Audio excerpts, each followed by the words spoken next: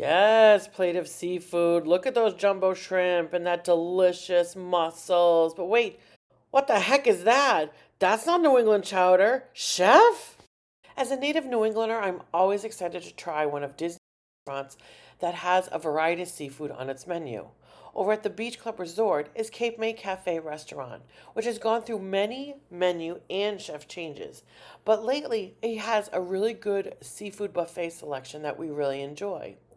It's been a while since I've been there, so is it still as good as I remember? But more importantly, is it worth the price of $47 for adults and $27 for children?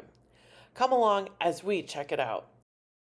The Beach Club Resort is one of my favorite Disney resorts, probably because it's themed around a New England style resort. I always feel like I'm home when I walk through the door. The pale colors, the seashell decorations, it's just beautiful. Located on the backside of Epcot, with a not-so-secret passageway between United Kingdom and France, it's a great escape from the international frenzy around World Showcase. Cape May is right off the lobby, and like the Yacht Club Resort, is open to the walk-around from the lobby to the other amenities in the main building. It serves a mini beach bash breakfast and a seafood buffet for dinner. Now, let's grab a plate and see what they have. Now, buffets are only as good as the dish served until the next one arrives. Now, these seasonal veggies were more carrots and purple onions. I appreciated the plant-based dishes for those on different diets. The fish fillet was heavily breaded and slightly over fried. The fried calamari and fried shrimp were lightly breaded so you could really taste their flavor, not too fishy. And there was always a hot plate right behind them to refill those dishes, which were really great. You can see the salmon here was mushy and not really the best. The big winner, though, was the paella. Everyone was rushing to the paella. I mean, it was very good. It had a good amount of seafood in there, but the rice was a little bit too sticky and crunchy, the round that I had. The kid dishes were the basic Disney dishes of macaroni and cheese, broccoli, which was surprising, and chicken drumsticks.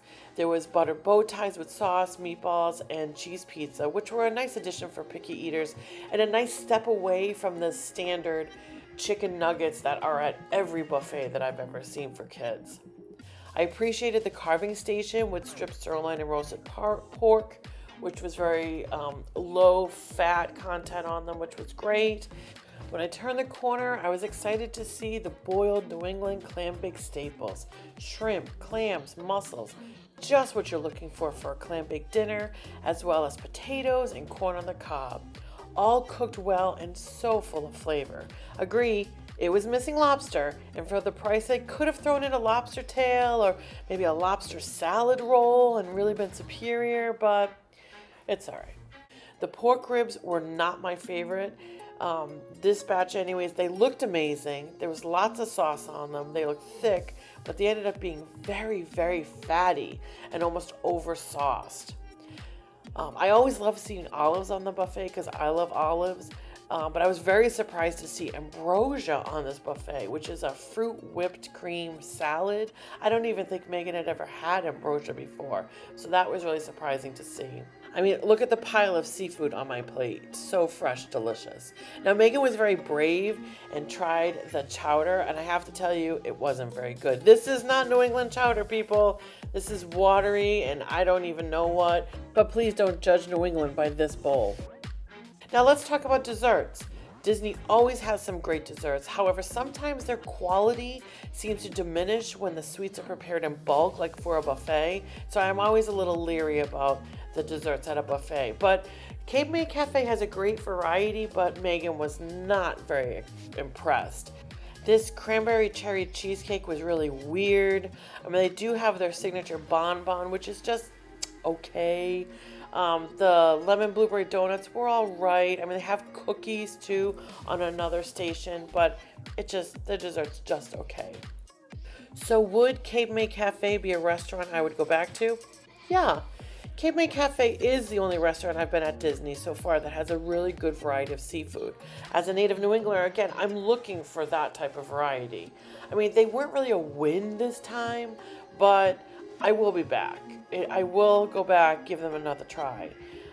Here's our rating scale, the DTLalaland rating scale of restaurants as we go through. And I've given them between a very good and good. I'm giving them a very good because they do have a good variety of seafood, but I'm giving them a good because some of the quality this time around was not really great. So if you're looking for a really good place to have some good seafood, I would recommend Cape May Cafe. The price is actually pretty reasonable for the quality. You're getting the fried seafood you're looking for, as well as the great boiled clam bake staples I'm looking for as a New Englander. I mean, I'm really interested to see what the chef does next. I really am. Just not that chowder. No, that's wrong. Come along with us for our Wednesday walkabout where we go live at Hollywood Studios this week. We'll be riding rides, seeing shows, and having a movie star type of day. Be sure you subscribe to our channel so you don't miss when we go live on Wednesday or any of our next videos. I'll meet you at the Beauty and the Beast show. Lights, camera, action!